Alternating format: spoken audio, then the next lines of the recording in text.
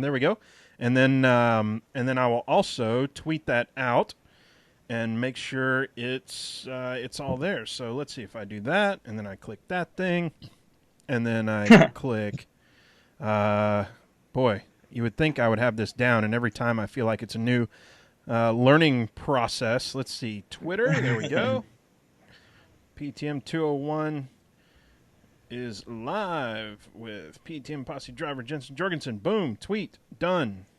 All right, you ought to be tagged in that sort of deal, and we'll see who all joins us here momentarily. So we'll hang out for 5 minutes or so, have some people jump on. Freddie Rosado is on. Fred is one of the newer PTM Posse members. We met him in Michigan. He went up there, and boy, we had a great time. It was so much fun hanging out with folks. And Fred's an awesome dude, and he's long haul trucking. So he's listening to the show. He's all excited. I don't know, Jensen, if you're on the YouTube or anything right now, but he said, "Congrats, Jensen. Way to go, man." So all right, people excited. I'll tell you what, Fred. Talk about return on your investment, right? Like you joined the PTM Posse as a great donor, and then next thing you know, Jensen takes the win. So that's awesome. Oh, so he's the good luck charm. Yeah.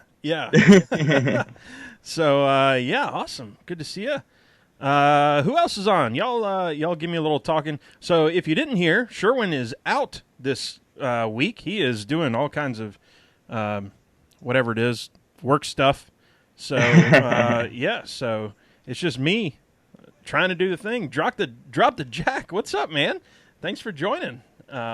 We've got the PTM Posse driver on the show tonight, as y'all can see. Really excited to get this one kicked off. And like I said, Sherwin will be listening to this later, maybe watching the YouTube. We'll see. He'll probably give me some feedback. We miss you, Sherwin. Yeah, good, bad, or indifferent.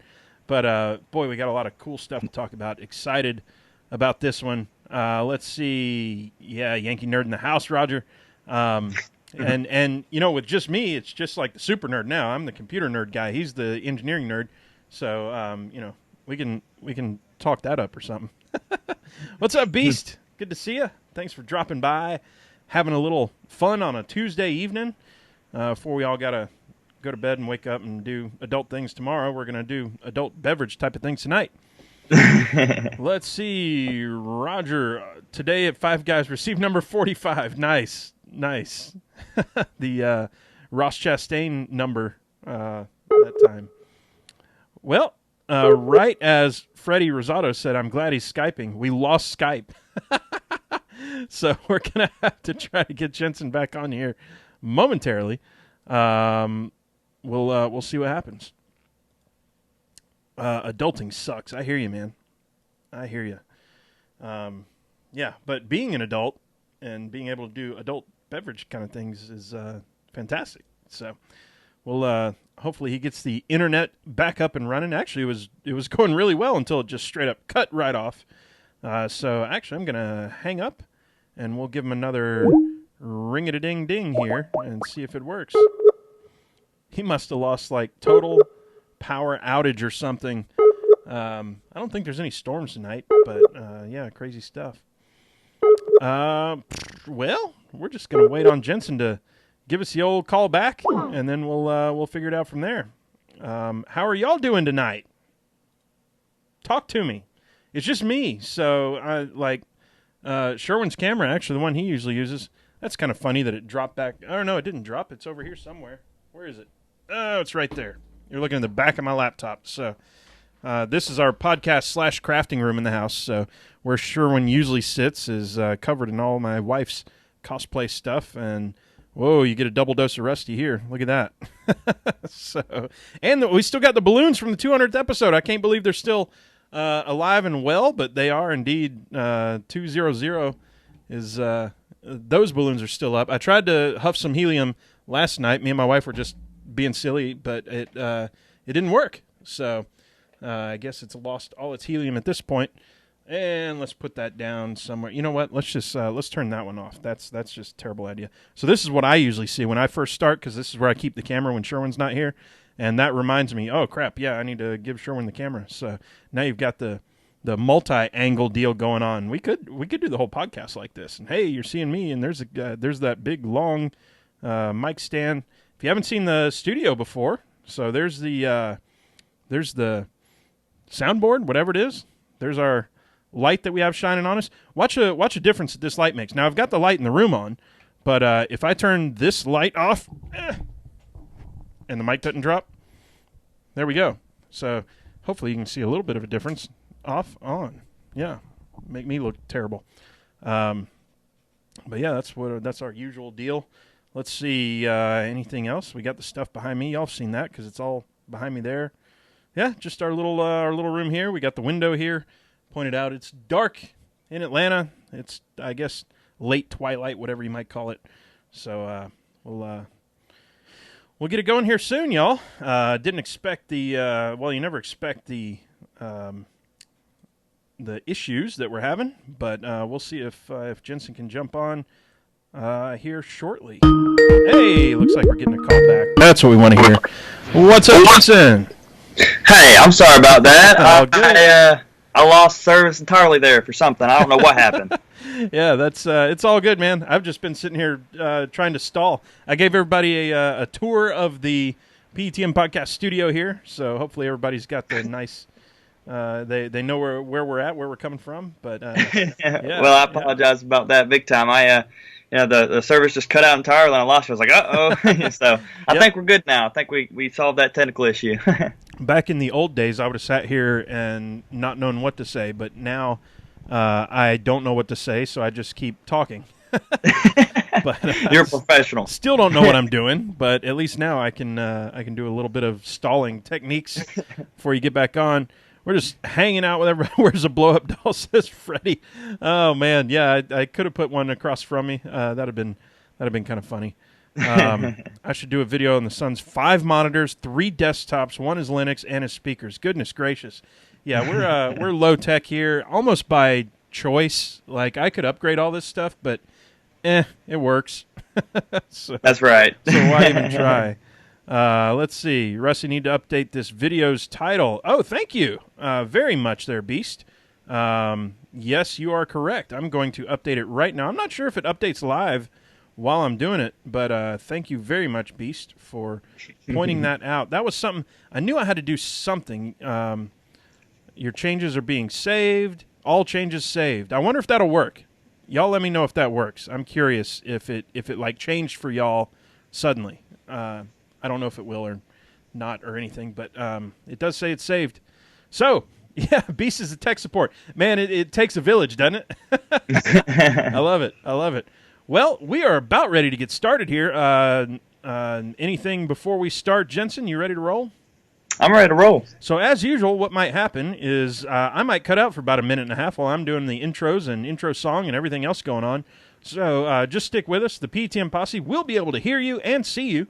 So, don't do anything too lewd or start typing away or say, like, Rusty, I lost you. Can you hear me? I might sound weird. Some people say I sound like Mickey Mouse for a little bit. So that's fun. And the PETM Posse is telling me that the changes were all saved and everything. And just like that, y'all, once again, we lost Jensen on the chat. So go figure. Technical difficulties abound for this episode, but we'll maybe see his picture up though at least, so that looks good. We're not ready to start quite yet until he comes back. That's kind of cool that it saves automatically and everything. So hey, good on YouTube and Google for making that part work. But yeah, it looks like we've got yet another technical setback. But whatever. How are y'all? What y'all doing? What y'all drinking tonight? So with Sherwin not here, I don't have any Fireball, but I went for Dos Equis Amber, and I've got the PTM Classic Jim Beam White Label. And I tried. So I went to the store. I was in kind of a hurry at the store to grab a mixer, and I reached in there and grabbed what I thought was a Coke Zero, but indeed it is one of those Coke Zero orange vanillas. So I'm drinking Jim Beam and orange vanilla Coke. It's not bad. I'm not saying it's terrible or anything, but it's not good. It's not my drink of choice, if you will. So, eating Halo Top Sea Salt Caramel Ice Cream. Nothing wrong with that, Sarah. That's awesome. Where did Brett hear the term DARF from? No telling. Tito's and cran blackberry. Ooh, that sounds real good. I like me some blackberry now, Beast. Creamsicle Coke. You got that right, Roger. That's what it tastes like, though. It tastes like you take a creamsicle and then you just dunk it in Coke and stir it around until it's dissolved. So whether you think that's a good taste or not, to be decided by yourself. But I'm on the fence with it. I don't hate it. I don't love it. It's fine. What have I done today, I wonder? Anything funny? Well, hey, Jensen's back. I don't have to sit here and think about it. What's up, Jensen? Did I lose you again? Yeah, it sounds like it. Oh, well. Oh, man. I don't know what's going on. It must be the service down here or something. I'm sorry about that. All good. So what we'll do, I think we're ready to get started. Hopefully it'll hang on for us. If it doesn't, hey, just I'll just keep rolling with the show sheet and everything. And once you just call me back whenever you can, and we'll just keep rolling from there. Yes, sir. I'll try my best to keep this thing going. I don't know what the problem is. It says I have bars, but I guess we'll see as the video goes on. Yeah, we'll do the little rain dance and the voodoo doll poking and all that stuff and get it going. So once again, I might cut out for a minute and a half or so, and then you'll hear me bring you in and everything. So you ready to roll? Ready to roll. All right, let's do this. We're recording now.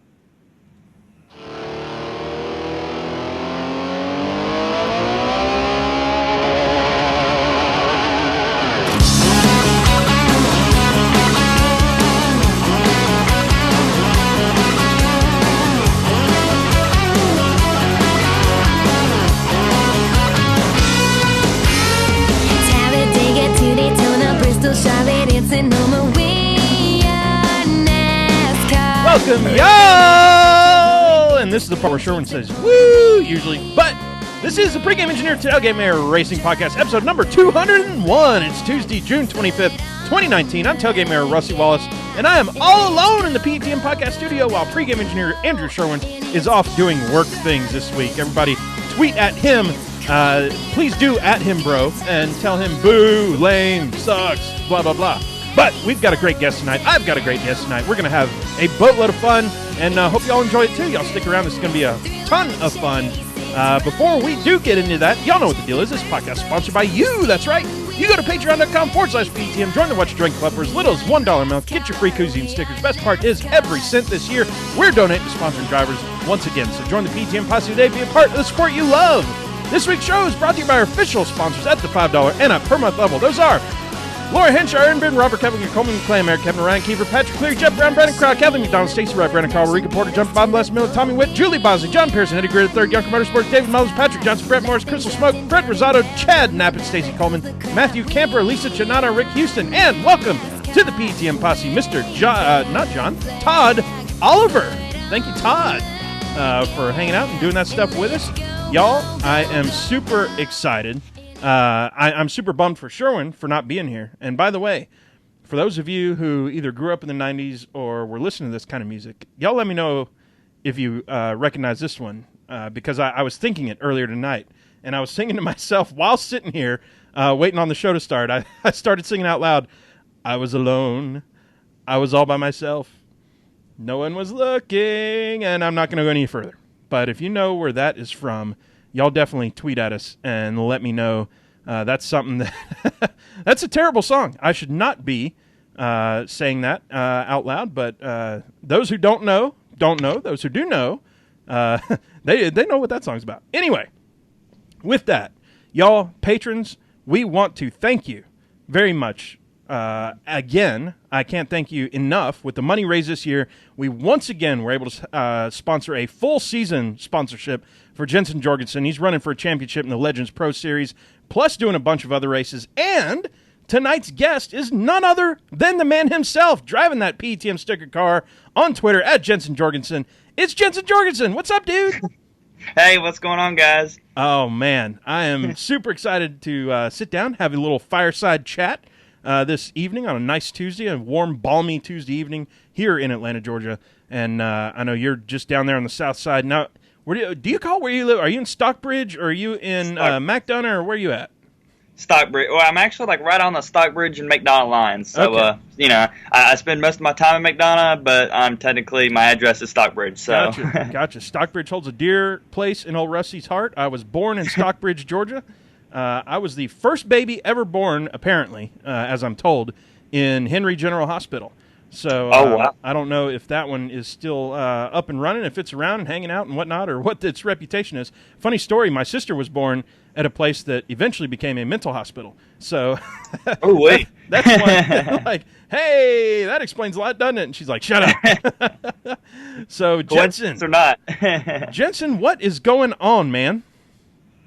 Not much. It's kind of a prep time of the week, building up to Thursday. Thursday's a really busy day, and, most people like to say that you win it in the shop. So that's kind of what we've been doing. You can kind of see the car in the background here, and, me and my dad's kind of been at it for the past few days, getting things prepped and ready to go for Thursday. So hopefully we can pick up our second win of the year come this Thursday, and, it's a tight points race coming up Thursday. So, it's kind of funny because I think it's the first time in a long time that Thursday Thunder has had 5 different winners on the first 5 races of the year. Oh, wow. So, it's a very competitive season. It's got me and my dad on our toes this year, really, going hard and, trying to make the car faster every week. So, we've been busy at that, and, other than that, just kind of hanging out, enjoying time with the family, and, you got me on the podcast tonight, so I'm glad I could get on and hang out with you guys.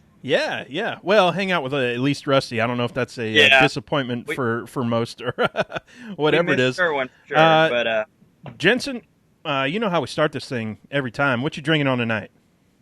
I just got some good old coffee, a little after dinner coffee. So that's kind of what I like to drink at night. I think that's probably the reason why I stay up really late. But it's kind of just my thing. So yeah. Well, you've got the upper, I've got the downer. So I've got the Dos Equis Amber that was stuck in the fridge there, and the PETM Classic, the Jim Beam with Coke. Although I was saying in the pre-show, I went to the store to go get Coke Zero.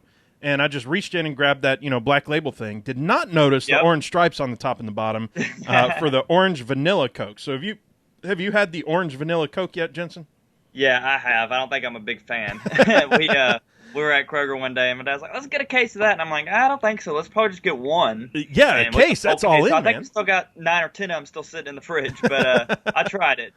I was talking in the pre-show that it tastes like you took a creamsicle and then dunked it in Coke and swirled it around until it dissolved. And so if you think that might be a good taste for you, then yay. If you don't, then I wouldn't recommend it. It's a little jarring. You're like, yep, that's exactly what this tastes like, is orange vanilla Coca-Cola. I don't know where they were going with it, but sure, why not? A bit of a Orange Fanta vibe with it as well. I don't know. I like Orange Fanta, but it kind of mixed with Coke. It seems like Orange Fanta and Coca-Cola is mixed together. That's kind of the vibe I get. They need to stay separate. That's a good assessment there. So you talked about it for a second there. That background, that might be the coolest background we've seen in a guest yet. There's the car, y'all, the winning car, that number 32. And there's some PETM stickers. Oh, I see one. Yep, right there on that front fender. Right there. And the cowling or the hood's off. So you've got You've got the engine showing. Man, that is a beautiful looking car right there. What are y'all working on right now on the car?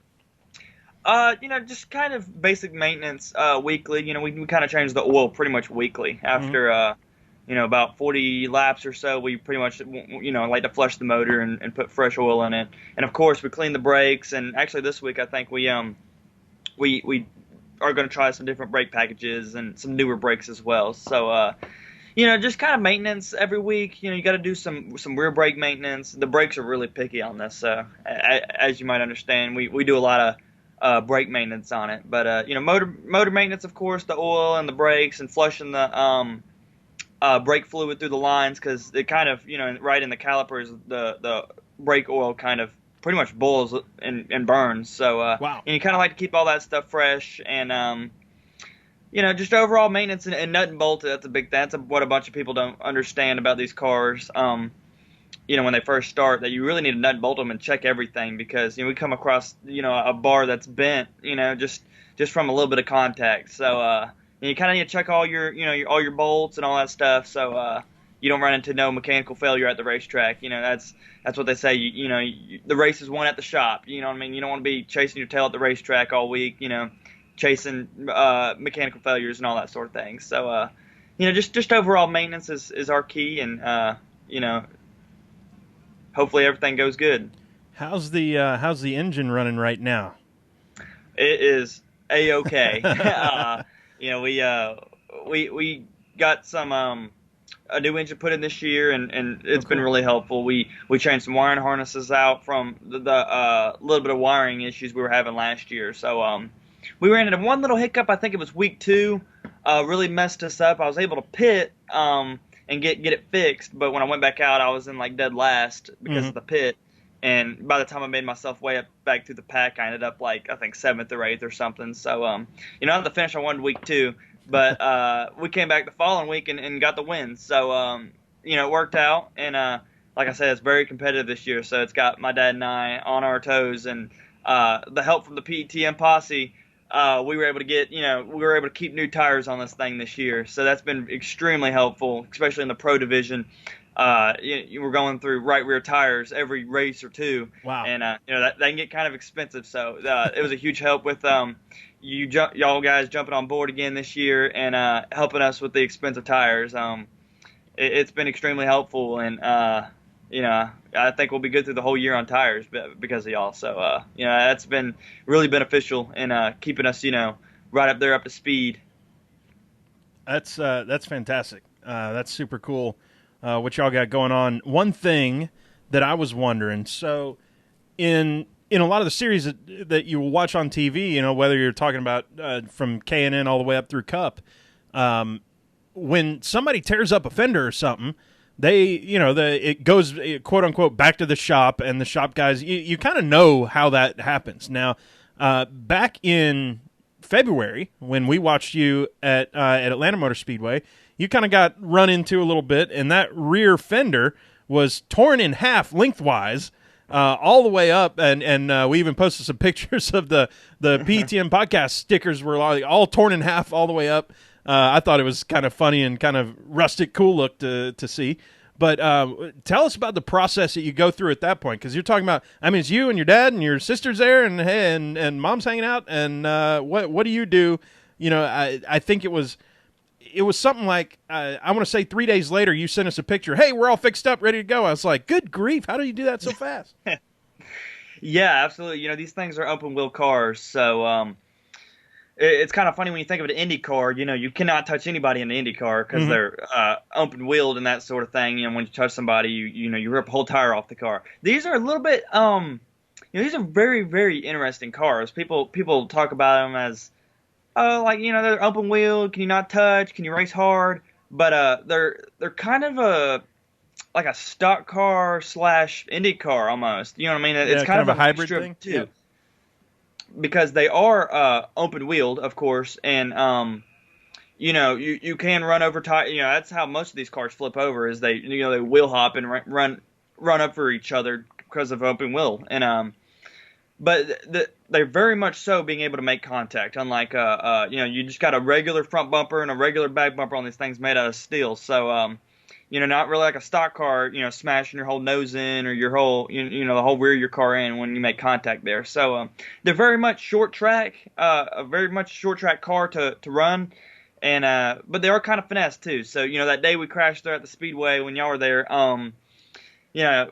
when somebody, I got rain in the back tire and ripped the whole rear fender. I still have it actually, with PETM stickers still on it. So maybe one day we need to figure out how to give it away or something. But yeah, absolutely, it's it looks pretty cool, with the sponsorship. Even though, it don't really look cool because it's crashed, but it's kind of a neat little thing to have. But the whole process coming into the shop, we like to roll the cars in, and especially after big contact such as that was made, we like to go over the whole entire area where it was crashed, but also kind of the whole car as well. So I don't really like my car to be sitting around down here in the shop.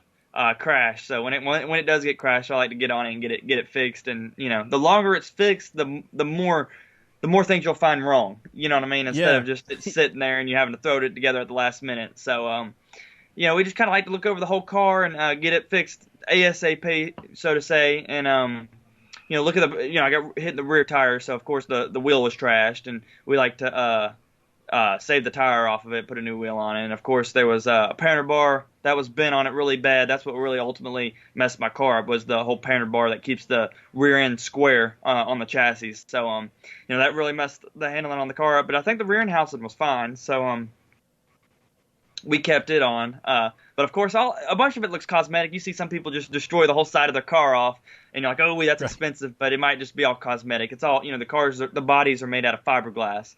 So we're able to get, the fiberglass fixed up and, get it back on the racetrack. Now, is that something that you have to, like, special order at that point, or are y'all manufacturing it somehow? How do you go about it? Or do you have because extras sitting around?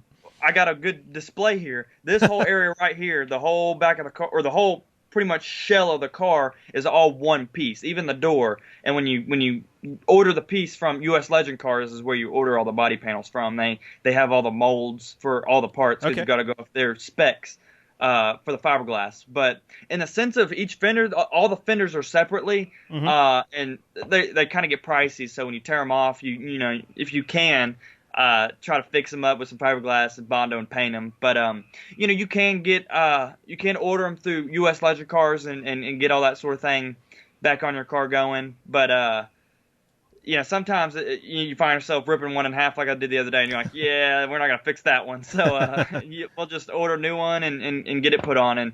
And sometimes that's the easier route. And every now and then you might need to throw some paint on them or something. But yeah, it's definitely easier route just to order them and get them remat. I've kind of I tell my dad always tells me, he's like, you're the body guy, you got it. So I've always done all the body work on these things, drill the holes on the fenders, and mount them to the body itself. So that's kind of a thing I enjoy to do, is the body work. And I think it's kind of half the reason why I get on fixing something. I'm almost kind of like I kind of enjoy the whole collision thing, bringing in a crashed car and fixing it. Maybe not my car. I don't really like to crash my car, but bring in someone, we work on other people's cars as well, and they come in crashed, and, kind of just putting them back perfect and rolling them back out of the shop, perfect condition. I get enjoyment out of that. So. Right.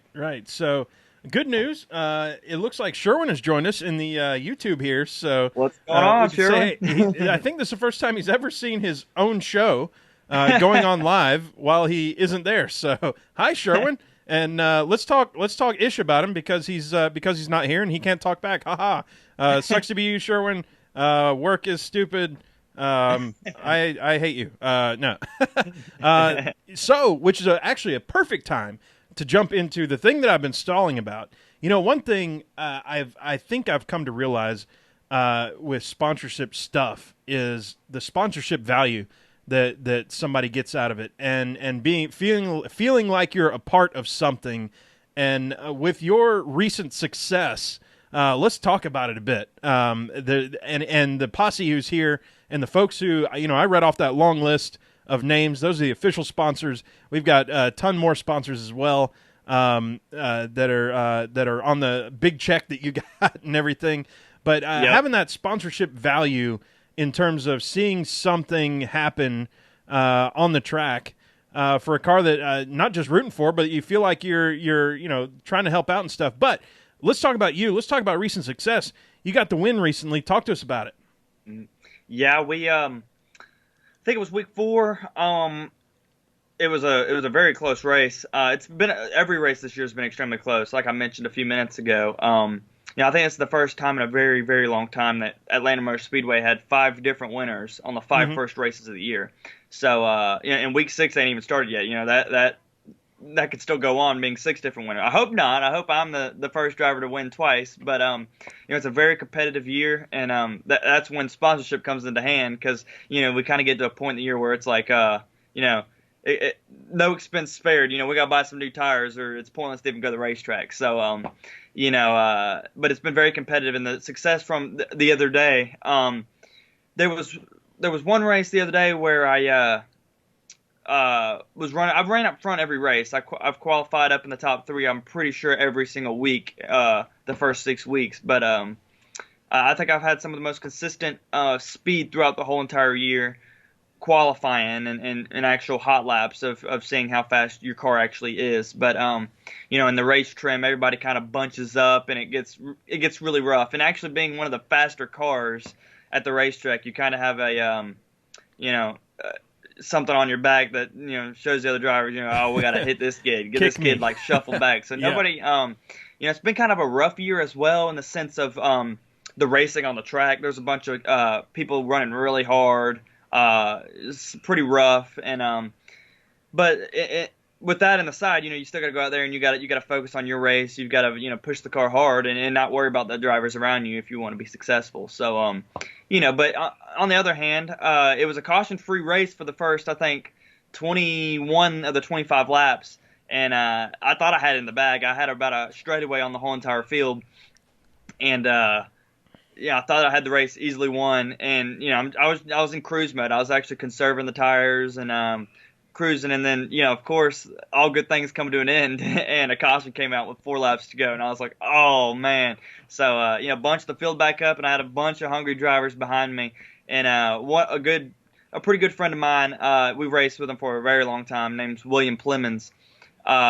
He started right beside me, and I'm like, oh, like I know this guy. So we had a very, very good shootout to the end. We ran side by side for the first 3 laps of the restart, and finally last lap I was I kind of shuffled him out a little bit and was able to get a good car length in front of him where he couldn't get to my back bumper and do a Earnhardt pass on the last lap or something. So it's a very, very awesome race to watch. I told my dad, I was like, man, if or I even told the stands in my interview, I said, if that didn't entertain you, I don't know what would. That was one of the craziest races I've raced in a very long time, and it's quite crazy that we're talking about it now because I've won a lot of races in recent years, and I'm like, man, that was a very awesome race. So that's not nothing you see every day. So it was very, very good race, good win, and but it's not really what I'm worried about. I need to get to these next 5 weeks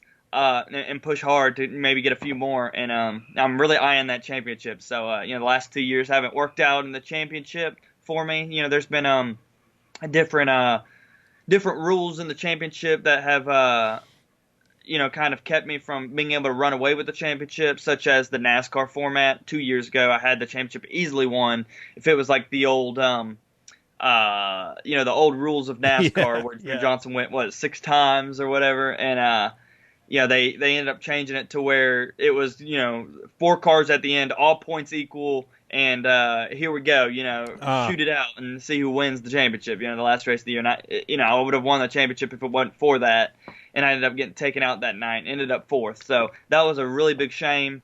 But this year it's a lot different. This year, we get to drop our worst finish, which is helpful, and kind of see who has the most consistent 9 races, kind of more towards the old NASCAR format. So like I said, though, it's a very competitive field, so we have a very competitive championship going on here, and it's a tight points race. There's still the door's open for about 7 or 8 drivers easy to win this championship, and it's going to be all about who can keep their nose clean every week and see if they can pull together some wins. So I hope it's me. I got 5 weeks left, and I already got 1 win under my belt. So I plan on getting a lot more and representing the posse. So, and the posse, there's dissension among the ranks right now in the YouTube comments about the fact that $20 a month is the most that we allow people to donate, and they're saying you need to up that, man. We're ready to throw some more money at this thing. And I think awesome. I have it set so only a certain number of people can do that. And they're saying I can't even get into that one. We got to get in there. So man, people are freaking excited about this thing. That's so cool. And by the way, yes, I will up all those. Hey, if you want to give more money, I do not want to stand in anyone's way of doing that. We'll have to figure out some more giveaways and stuff. But let's see. I heard that the PETM posse might have got a little shout out in Victory Lane. Is that right? Exactly. Oh man. Yeah, in every interview I do, especially in Victory Lane, y'all are the first people I thank, the whole entire posse, for all the support each week. Like I mentioned a few minutes ago as well, I wouldn't be able to, you know, keep saying, so to say, that expense can't be spared on this thing. It's a help from, you guys to keep this thing up front and put new tires on the car every week. And, that's not something that's easy to do when it's just my dad and I working on the car weekly and, having to spend ourselves. So, we work on all the cars ourselves so we don't have to pay people to do it. And, getting help from, the posse and all that sort of thing and having my car top notch weekly and not having to worry about necessarily the expense side of it, but go out there and really, show the stands what I got with, the best car under me. So, it's very comforting to know I got people behind me, people supporting me, and, to go out there and win a race and have that sticker on the side of my car to be able to thank y'all and, to help me y'all pretty much helped me put me in victory lane. So I can't thank y'all enough for that. Booyah. It's a huge benefit to me, and I know y'all get enjoyment out of it. But to know that people support me that much and are willing to put a few sets of tires on my car throughout the year, that's something I couldn't be more thankful for. And to thank y'all guys in victory lane, like, are you kidding me? That that's why I'm in victory lane. Oh, So man. awesome. No, you're in victory lane because you race your ass off, man. It's awesome. Yeah. So what we'll need to work on, Jensen, is at the top of the show, I shout out all the official sponsors as fast as I can, and hopefully in one breath. There's probably about 30 to 40 names on there. So maybe we'll get you some practice, and then in the next victory lane you can go, you know what? I'd like to thank my official sponsors. Those are Laura Henchard and Ben Robert Cumming, Clamer, Kevin Ryan, et cetera, et cetera. I mean, to practice that one a few times, but I could probably do it. Tell the interviewer, hey, hold on a second, I got to thank like 30 people here. Yeah. They're playing the music, and the big hook comes out and starts pulling you away. You're like, no, give me this thing. I love it. So we've talked about what you're working on, talked about your plans for the rest of the year. So besides Legends cars, are there any other racing that you're looking at throughout the rest of the year? Absolutely. We it's funny because there's still stuff kind of not announced yet and that sort of thing. But we're looking at some of the truck series racing. We got a good buddy that owns a truck.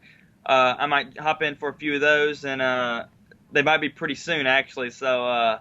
I'll announce that when, that time comes. And probably that's kind of the only thing in talks. But, once you get up in those bigger ranks, it gets really pricey. So, sure. It's kind of hard to do that by yourself, too. I got a guy, like I said, that owns the truck that is putting me in it, no price. So, that when you get put in a ride, it's easy to go big time racing. So, that's kind of, every opportunity I get, I like to take it, to the max and be professional and really try to open people's eyes, because that's all I can do. I don't have $1 million, behind me. So, Yeah. The best thing I have going for me is the people that are the closest, that keep me humble, people that help me out, sponsorships such as y'all.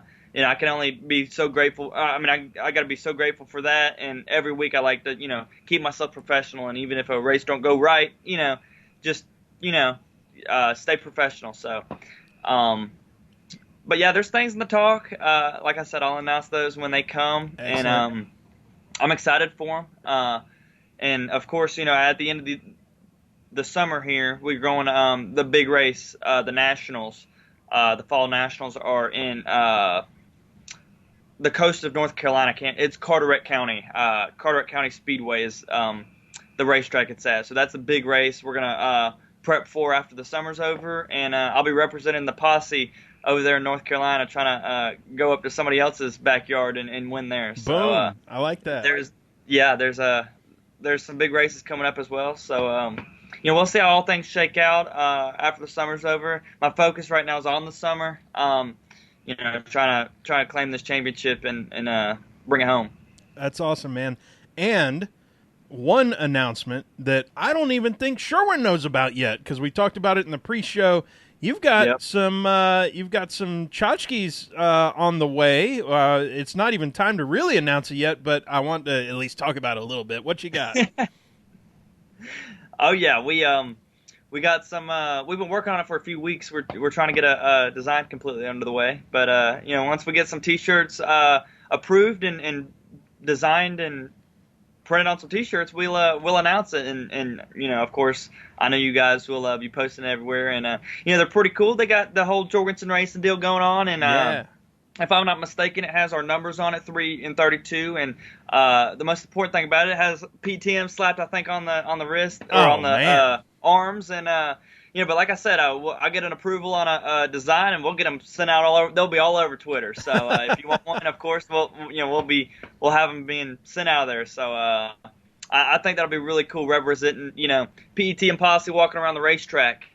People, it'll just have even more people asking, "What's that exactly?" And just spreading the podcast and trying to make something happen.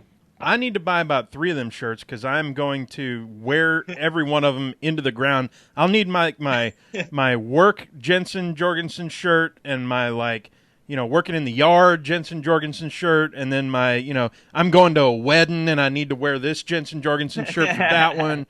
I'm not sure I'll have any other shirts at that point, but y'all be on the lookout, PTM Posse. This stuff will be coming soon, and I think we've got some giveaways that we'll announce and stuff. So we're looking forward to that. With that, let's go straight into the report card, everyone. That's right. It's time to tear it down. We're going to first period, y'all. Regardless of what happened in Sonoma, I think the biggest story this week is Ross Chastain. And by the way, he was on the show for PETM number 200 last week. And what happened this week? He wins at Gateway. So, Jensen, you're on the show this week. Next week, win? Question mark? Hope so. Yeah. So, Ross has pretty much perfected now the watermelon smash in victory lane. So, we talked with him even. We said, so Kyle Busch has the bow, and Carl Edwards had the backflip, and Ross Chastain has committed, I am the watermelon smash. Jensen, what's your victory lane celebration going to be? What's your absolute, I don't know, what's your dream victory celebration? I don't know. Carl Edwards had a really good one, the backflip. You can't, and started going into the crowd as well. That was pretty cool. So I don't know. And the watermelon smash, that's I don't know if I can top that one. That one's pretty good. But I don't know. I've never really thought about it. I'm more of a get out and give a good fist pump, and you know what I mean. I'm not much of a flashy. I don't really define smashing a watermelon as flashy, but it's pretty unique. I don't really have anything too unique other than maybe a thumbs up and a fist pump. But I guess I'm more of, and I don't have the bow. I don't know. What does Martin Truex do? Because he kind of handles himself all business. So he's more of just a fist pump guy, I think. So I don't think you can go wrong with just a little bit of excitement there and a good humble interview. You know what? Beast says on the Twitter that, or not on Twitter, on YouTube that you need to do the peach smash. So throw some peaches out there or something like that. Yeah. Grab some peaches or throw the peaches in the stands or something. Yeah. See, now you're thinking. I'm digging this. I love it. Yeah. This is working. Put some thoughts together, and we might come up with something pretty unique. Carry some peaches in the car and throw them up in the stands. That'd be pretty good. I really liked Ross Chastain's post-race interview. Jensen, I don't know if you watched that race or you saw any of the replay stuff. I had to watch it on replay. I was in Tampa this whole weekend. My wife's grandmother turned 90 years old. Y'all, when we got there, she was we pull up, and she was out walking her dog, and she goes, "Hey, everybody, good to see you. Come on in." We walked in. She goes, "I've got, let me get you something to drink. I've got water. I got tea." She turns to me. She winks, and she goes, "Or vodka, if that's your thing." 90 years old and just kicking ass is the way to put it. Like, oh my gosh, I hope at 90. I had a great grandmother that lived to 100, and we went up there right before she turned 100, and she was swimming in the swimming pool. It's like, how do you do that?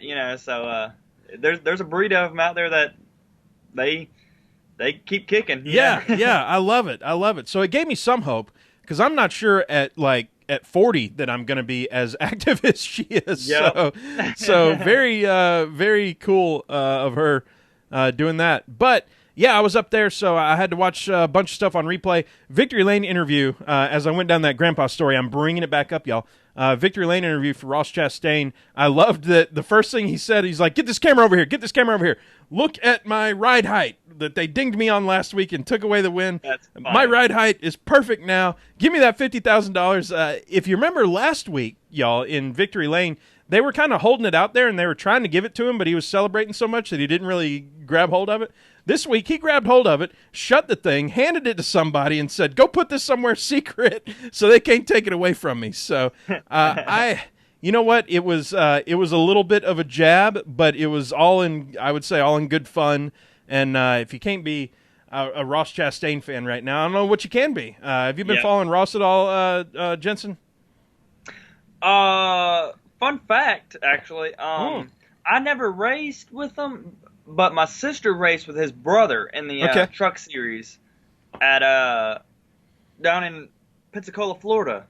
Raced with, I can't think of his brother's name, but it's funny. He had one of them pro trucks all wrapped up with watermelons on the side of it. So they're all about the watermelons for sure. Yeah. But I've never really talked to either one of them. But from my experience, Ross, is given an opportunity and is, clearly showing his talent. So you can't go wrong with that at all. It's just one of those stories of a kid getting an opportunity and taking full advantage of it. So, like a ride height deal, it's like, I've been through that myself with these, because these have ride height rules as well. Mm-hmm. And those things, you can be sitting here on the ground and they can check the ride height and it'd be good, and then you can roll forward a half a step or a half a foot, and the ride height be illegal. So, it's kind of a shame they check something. I do understand that, the bigger stock cars are more important on the ride heights than even these are. But still, maybe we should start checking something and really find people cheating, Mm-hmm. That ride height deal can fluctuate all different ways. So that's kind of a shame he had to deal with that last week, especially in the top ranks. But, again, I guess it is a rule there for a reason, but, it is a shame that, he had to run into kind of a silly situation and lose a win because of it. I haven't really heard of NASCAR drivers in the top ranks losing their wins. Usually it's kind of a slap on the hand and a fine, but I don't know. It's quite a shame. And to see him rebound, like you said, that, if you're not a Ross Chastain fan after seeing him do that, that's pretty awesome to see. Yeah. And apparently first time since 1960 that they've taken a win away. He was fired up on the show last week. You could tell he had it in his, I would say, in his eyes. We didn't have him on video, but you could tell that he was in the zone. He was ready to go get that win, and I'm not sure there was anything that would have stopped him. Yeah. On to second period, talking about Sonoma a little bit. Now, I know Sherwin's listening in. He's been waiting on this. One of the greatest props that you can get in the PETM podcast is the horn. Here it is, Sherwin. You called it. Truex for the win. Oh, it's a beautiful sound. I mean, it's a terrible sound, but it's a beautiful sound for the PETM podcast.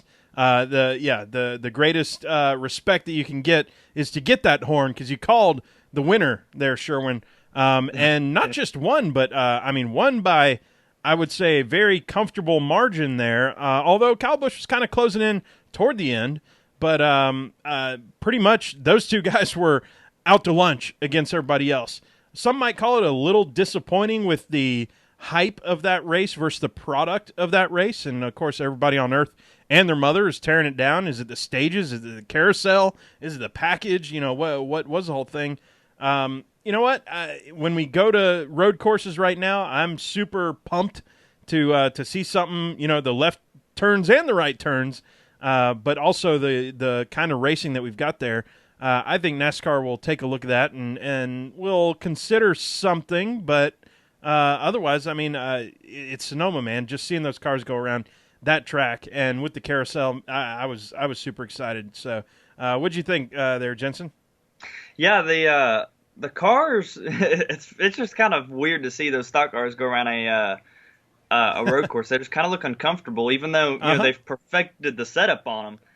they look a little uncomfortable, but you can't beat Sonoma. Every time, when I was younger and I was, playing on the PlayStation, that was my favorite track all the time to go run on. Even on iRacing and that sort of thing. It's just a fun track to run. So I've never been on it in person. I've seen some K&N West races there, on TV and that sort of thing. So it'd be for real a dream to maybe get in a K&N car or not bigger and get on that track. But that's that's just an awesome track, and to see those cars go around it, and to see asphalt oval racers, convert their the same car they run on ovals onto a road course, and you kind of overlook it like, oh yeah, but they're they're $1 million teams and they're professional race car drivers, they should be able to do that. It's really impressive to see shifting from whatever third gear to fourth gear at Atlanta Motor Speedway or Kansas or wherever, on a start of a race,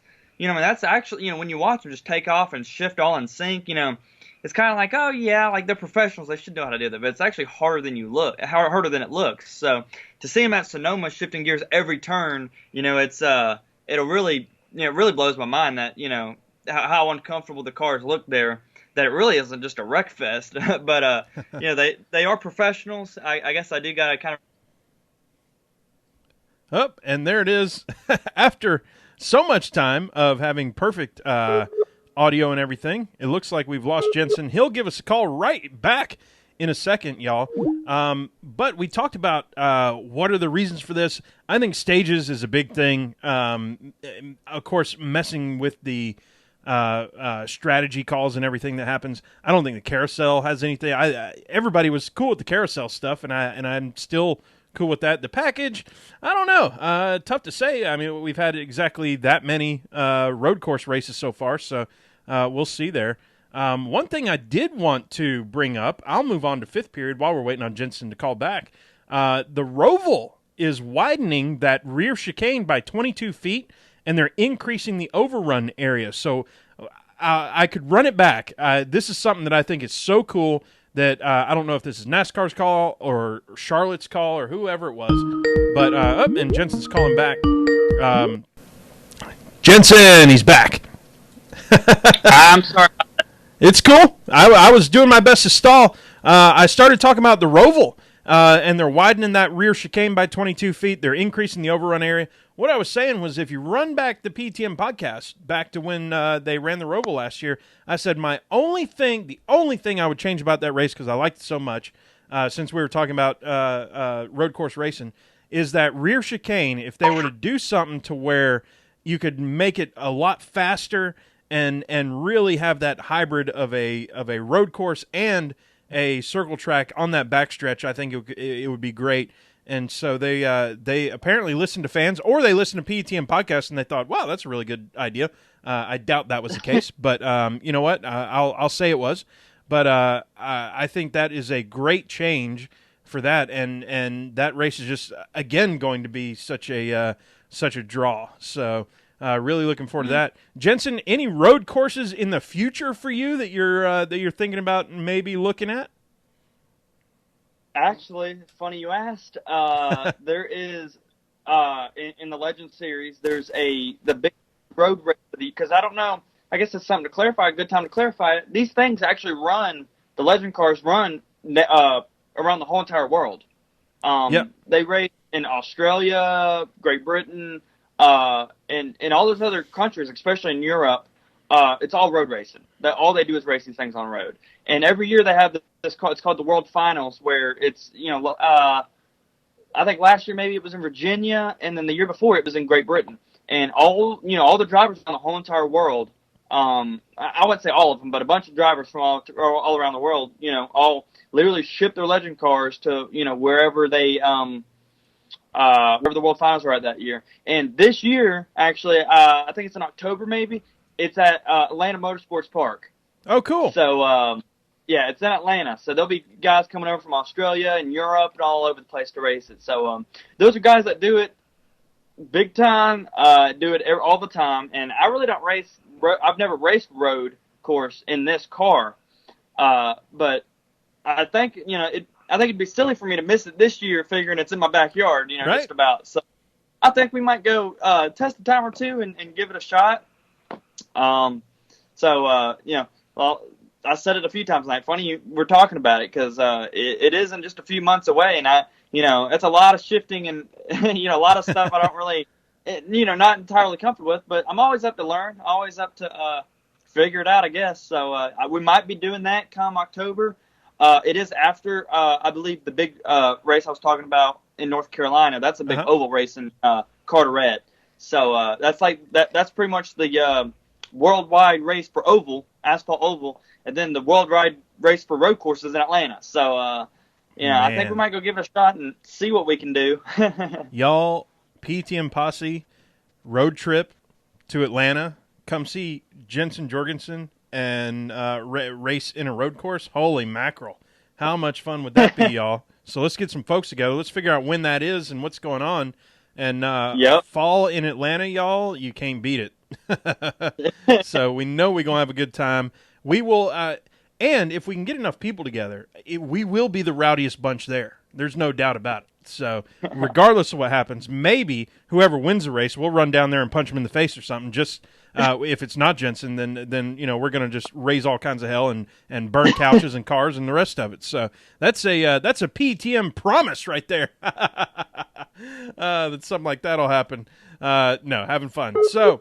And we lost Jensen again. He's like, I don't want to be any part of burning couches and and doing that stuff. So we'll wait on him to come back. Let's see. He says, give me a call when you're back. Hey, we're back. Let's see if it works. Whoa, that's that Skype sound that happens. There he is, Jensen. Is he back? Man, I'm sorry about this. It's all good, man. Sometimes stuff happens. It's that's technology for you, you know? Yeah, and I'm not technologically savvy at all. I can work on a race car, but being technologically savvy, that's not quite my thing. But I guess we'll fight through it, and they ain't gonna stop. Technology ain't gonna stop us today. That's right. So third period, Johnny Sauter on the sidelines for that race at Gateway after his sort of extra credit deal with Austin Hill at the end of the race in Iowa. Pretty much no regrets there. It sounds like he feels that it was a racing deal. He takes responsibility and ownership for it, but it didn't sound like he was like, man, I totally regret that. He did say, it sucks being here where I'm at right now, but hey, that's what happens. I'm curious, Jensen. And he spent the weekend working on his super late model and ran a super late model race, so that's kind of funny. Jensen, what's your biggest, you don't have to name names here, but tell me about the biggest on-track, we'll say, extra credit incident you've had with another driver. Has there been anything that comes to mind? You're sort of grinning there. I think there's something you're like, all right, how do I change the names to protect the innocent or the guilty here? Yeah, there's a few things that come to mind, for sure. One being back in the Bandolero days when I raced the littler cars.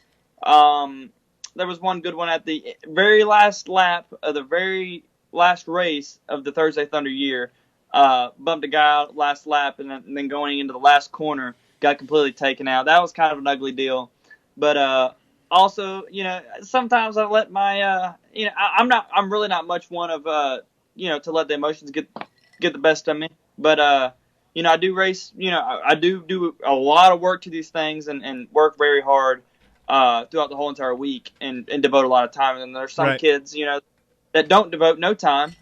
You know what I mean? I don't mean to sound like it, but it's the sport today. There's some kids that, daddy kind of writes a paycheck and, they go to the racetrack on the weekend and have fun. And then, they go on with their daily life throughout the whole week. And so there's some kids that aren't, that don't necessarily see the whole side of, what the whole, workly or the weekly workday looks like on these things.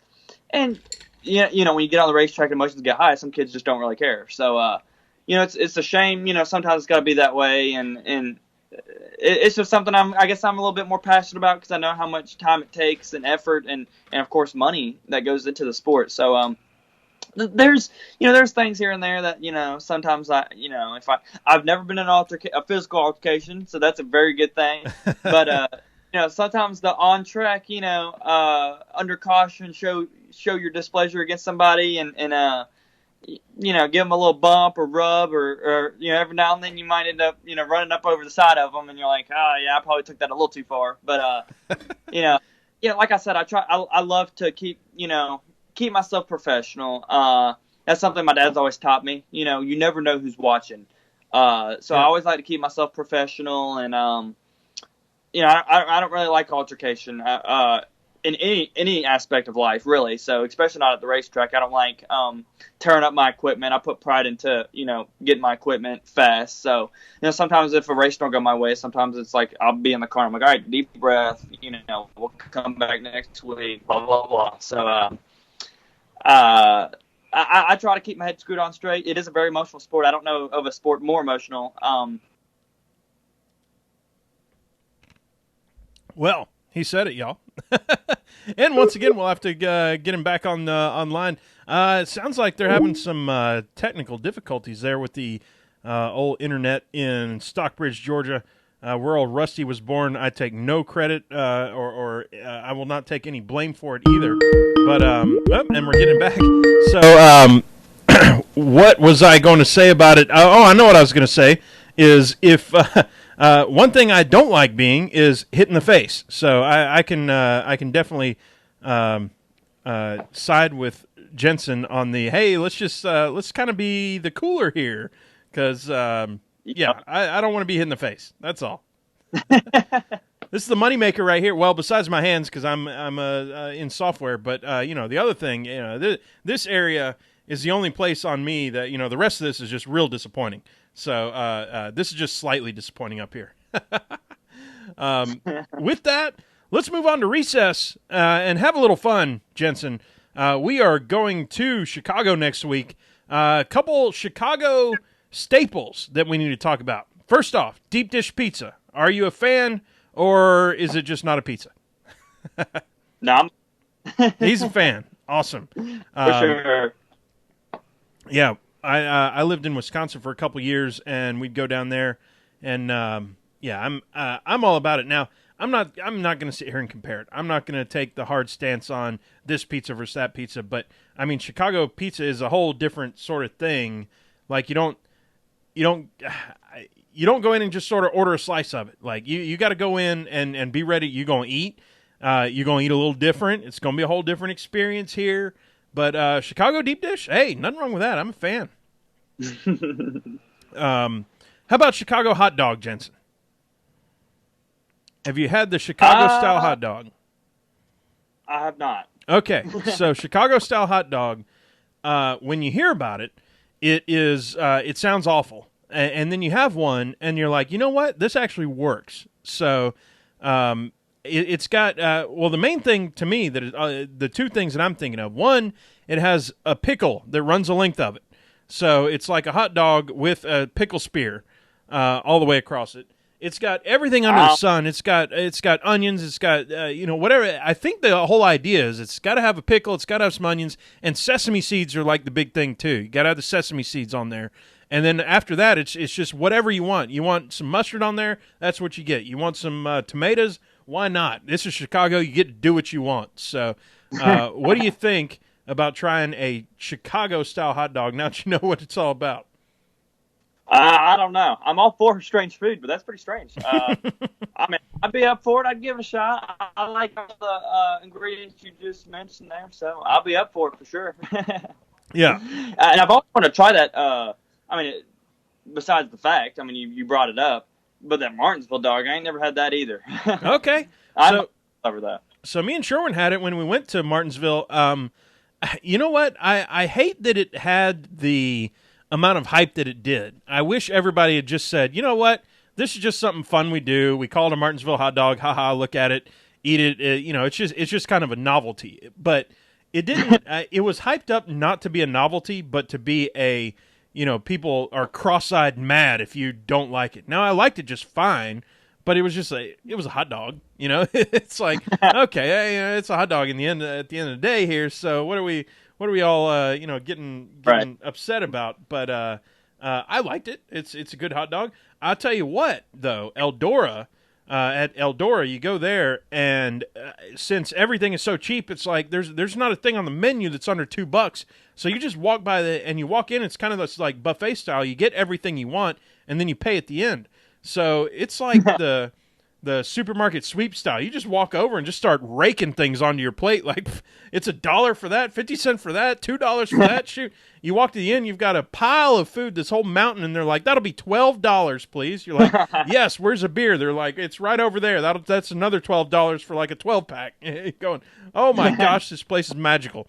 I think I saved more in food costs by going to Eldora than we spent in plane ticket costs. Like, that's how ridiculous it is to be able to eat at Eldora's. So very cool place to go. Y'all, a couple things y'all ought to be possibly paying attention to. Rick Ware Racing has a big announcement tomorrow. Not sure what it is. Maybe they're going to 4 teams. Maybe they're going to, doing something crazy. Who knows what they're doing? But they got a big announcement tomorrow. They're doing some giveaways and all kinds of stuff to celebrate it. So it's not like hey, our announcement is we're shutting down or anything like that. They have some big stuff going. And then FS1 tonight, I shouldn't say tonight, they just earlier today premiered The Winner is what it's called. And it's the story of Neil Bonnet, and it's somebody we've talked about on the show before when we were running numbers every week and talking about the car numbers and stuff. So Neil Bonnet will be that'll be awesome. I can't wait to see that. So be sure to take a look there. With that, let's go ahead, Jensen, and we are going to gas it up as I find the sound effect for it. There it is. Going to Chicagoland. The home of the slide job from last year with Kyle Busch and Larson and Harvick on their tails. Kyle Busch takes the win off of that one. Larson kind of gives him the thumbs up after kind of being, I won't say wrecked, but he was moved aggressively out of the way after doing the slide job thing. I mean, it was if you want to talk about racing deals, that was one of the best racing deals, probably the best race of last year in terms of the finish and everything. Unbelievable. So much fun to watch. So really looking forward to that. Jensen, what are you looking forward to in that race? The same. Chicago always seems like a really fun track. It's kind of different. I don't quite remember. I mean, like I was mentioning Sonoma earlier. That's kind of my track, but I don't really remember all the aspects of Chicago. But that's just one of those deals. Like you just never. I don't know. You don't really remember anything huge that sticks out there, like Martinsville, the whole Matt Kenseth deal. Nothing quite like that. But they're never count anything out, of course. Right. So yeah, looking forward to that. And Larson is, I mean, he hasn't exactly performed how he'd want to this year in terms of wins, at least. So I'm sure he's licking his chops to make another run at this one. Y'all, Jesse Iwuji is going to be running a truck this weekend. He is a PETM alum in terms of being on the show before. Really loved having him on. And I am wearing, if you can't see it, I'm wearing the Jesse Iwuji racing shirt tonight to help root him on. So Jesse Iwuji in the Truck Series. Temper any expectations, but definitely be rooting him on and see him in there. That's really cool, I think, to see somebody on there. Y'all know what we do at this point, which is we completely grand theft a segment from our buddies over at MOATF Podcast.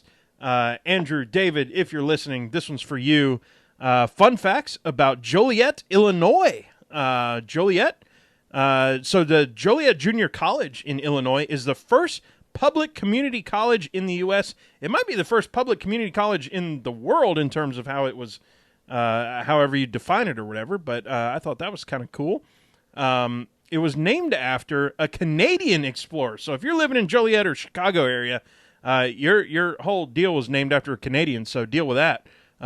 Louis Joliet, who set up shop in that area around 1673. So a few years under that one. Yeah.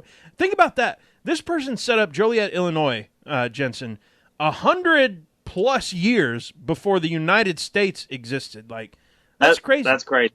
Like the people, the people who set up, the founding fathers, if you will, were 100 years younger than the person who Joliet, Illinois is named after. That's or more than 100 years, obviously, because that person wasn't 0 when they found it. So Right. it's when you look back in history, I think those type of things are kind of neat. That we think of the founding fathers as these old people. They would have thought of this person as like some old ancient person who doesn't know anything and is not hip with the new technology of 1776.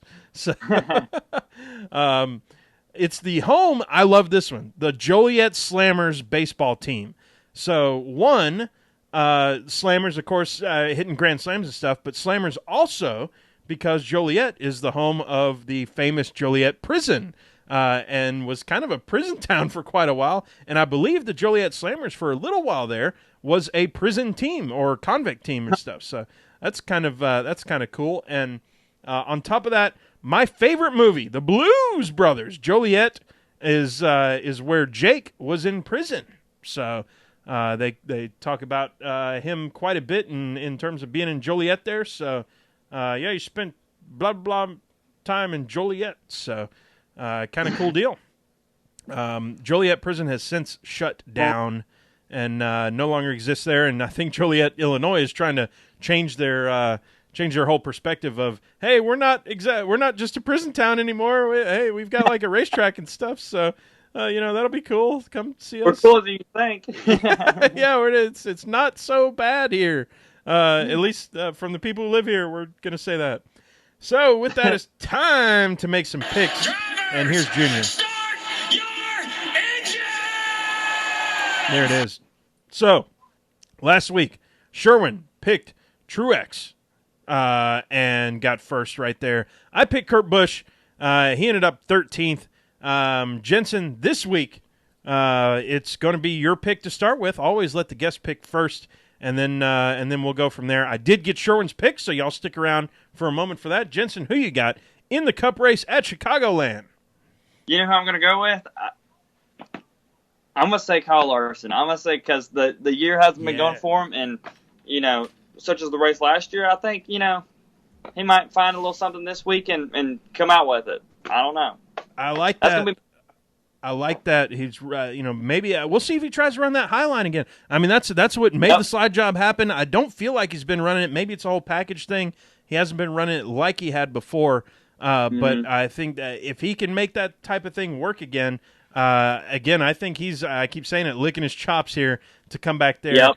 And make Chevy kind of help turn the season around a little more too.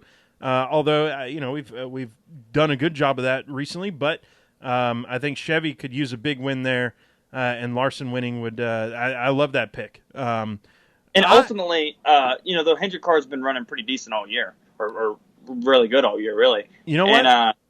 And with Kyle Larson, the kid's too talented. You know what I mean? He's not going to be in the slump for long. It's almost like a baseball hitter. You know what I mean? They might go into a slump, but they'll figure it out. So, with a track that you run up there and, like a kind of a Darlington look where it's kind of sketchy up there at the wall, that's right up his alley. So, I'm confident my pick. I love it. So, Sherwin won last week. There is no make it, take it here in the PTM podcast.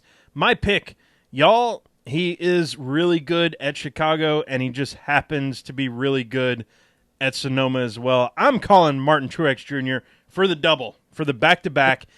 He and Kyle Busch both have 4 wins this season.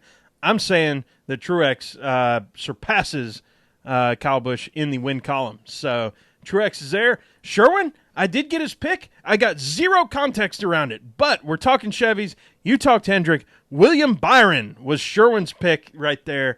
Young man Byron, I think it's a great call in terms of a place where this might happen for him to pull off that win. I like that call. So got 3 great picks. Larson, Truex, Byron. I'm digging it. So with that, you know what? I have had an absolute blast, Jensen, talking to you. I wish Sherwin was here. I knew he would also have a blast, but maybe he'll have some fun listening to it later. Absolutely. I appreciate you guys for having me. Again, sorry for the technical issues, but we didn't let that stop us. We worked through it. I hope to be back on very soon, maybe with a few more W's to talk about. And, yes, of course, I get this server thing figured out and maybe get some Wi-Fi working a little bit better, and we'll be back on. So, but I appreciate you guys having me. I love catching up with you guys and talking to the posse about what's going on. I love to keep you up to date. Y'all help me out. I love nothing more to keep you up to date. And I want to throw it out there. We're racing for the next, I think, 3 or 4 Thursdays. So if any of the posse and you guys as well make it out to Thursday Thunder and be out there and support me, that would to actually see your car on the track, I'd find that really thrilling. So I hope to see you guys out there soon and talk again very soon. Jensen, it's awesome. Y'all know where to find him, Jensen Jorgensen, on the Twitter handle. And you know what? You know where to find him physically. He's going to be at the track Thursday nights at Atlanta Motor Speedway, running that PTM posse car.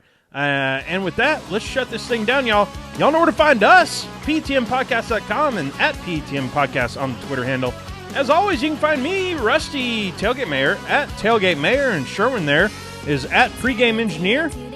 This is the part where Sherwin usually tells you where to find us on Instagram and all the other places that he keeps up with that I stopped paying attention because I've started doing technical stuff. So listen to last week's or next week's episode to get those things.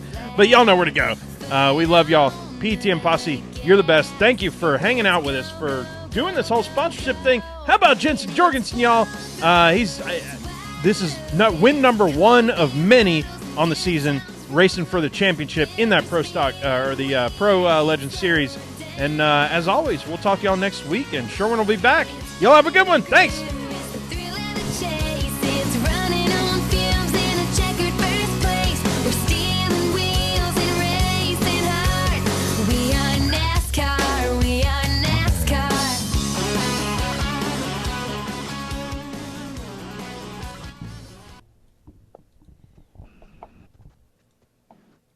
All right, Jensen, that is the end of the recorded podcast section. We're still live on the YouTube, and folks are giving you the old thumbs up for hanging out and having a good time. Thanks, man. That was fun.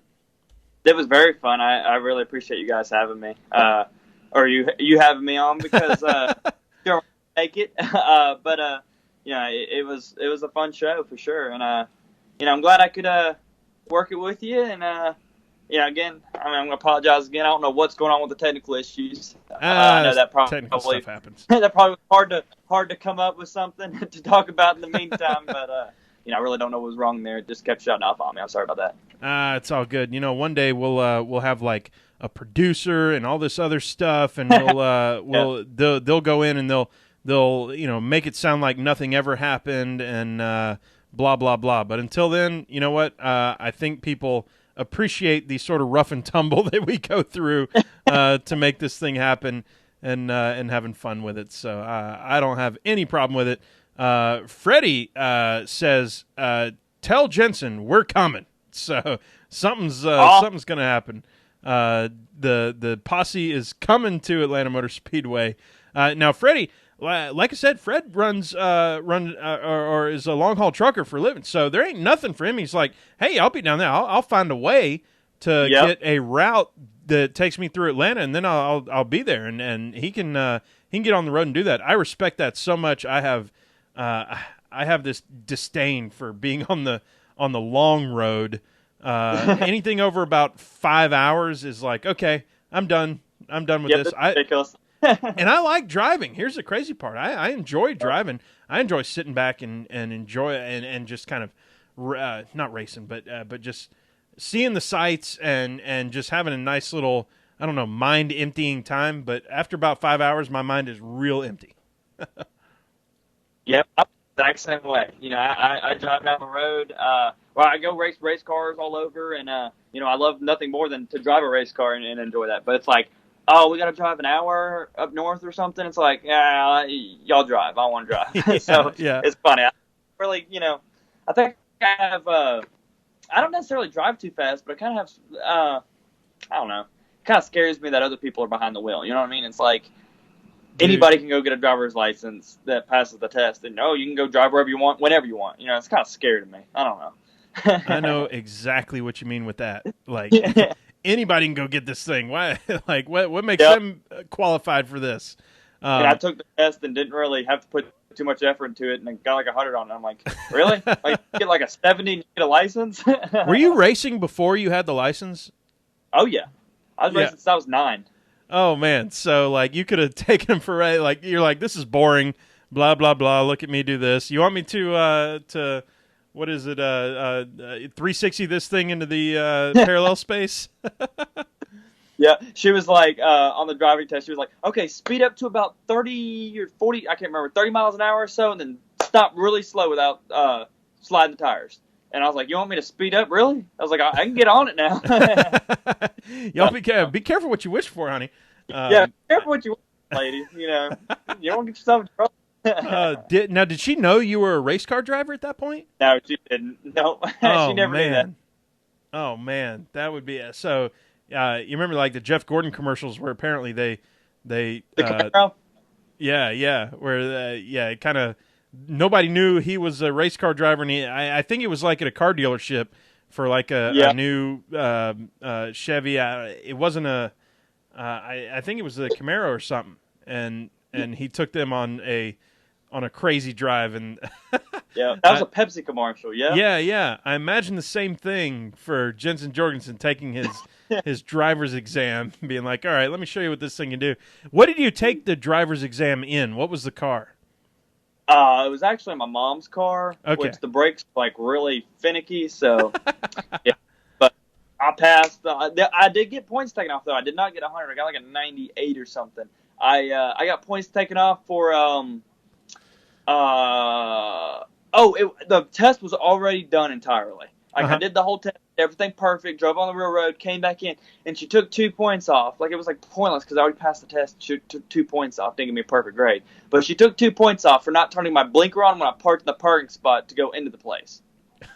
So I was like, all right. So I was like, I still passed though, right? She's like, yeah. And I'm like, all right, then I don't care, you know. I was like, whatever. I read or listened to very recently, I can't remember where it was. It was in the last couple days. It was an interview with somebody who is or was a one of those driving test people. And they said, I can only check boxes and say, yes, they perform that thing. However, there is no reason that this person should be allowed to drive on a public road.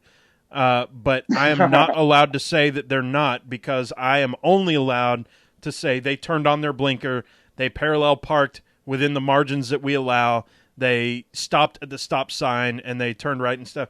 And they're like, that's all that I'm allowed to do. And so maybe we should be giving our examiners a little bit more leeway in, hey, is this person, in your opinion, should they be able to drive on the street or not? And that's terrifying, isn't it? Right? This is a person who does this for a living. This is a person giving out licenses saying, I've probably given out 50% of the license, maybe not 50%, but maybe say 20% of the licenses I give out, I do not agree with the fact that I give them out, but the government gives me a paycheck to do this. Yeah. And the amount of deductions on their test wasn't enough to add up to where they couldn't get their license. You know what I mean? It's like they kind of just scary, but I couldn't deduct enough to fail them. Yeah. So, well, y'all, I got to get this thing uploaded to iTunes and on the old website and everywhere else. So I'm gonna have to shut her down. Jensen, it's been awesome talking again.